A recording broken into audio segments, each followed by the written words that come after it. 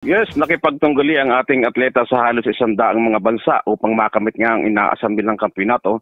Ito ay sa pamamagitan ng matyaga at determinado nilang coach, Precious at Philip Bellarmino.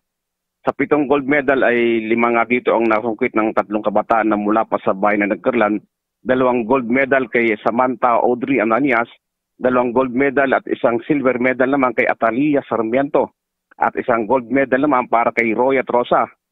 Habang nag-cortical din sila kay kay 3rd District Congressman Loreto Ambinamante upang magpaabot sila ng pasasalamat at taulang patid nitong pagbibigay ng suporta at pagtulong sa buo nilang kapunan.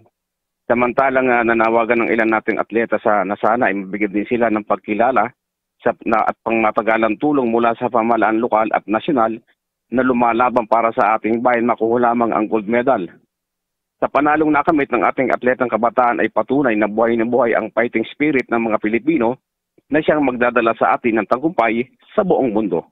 Mula Laguna, Kevin Pamatmat, News Live.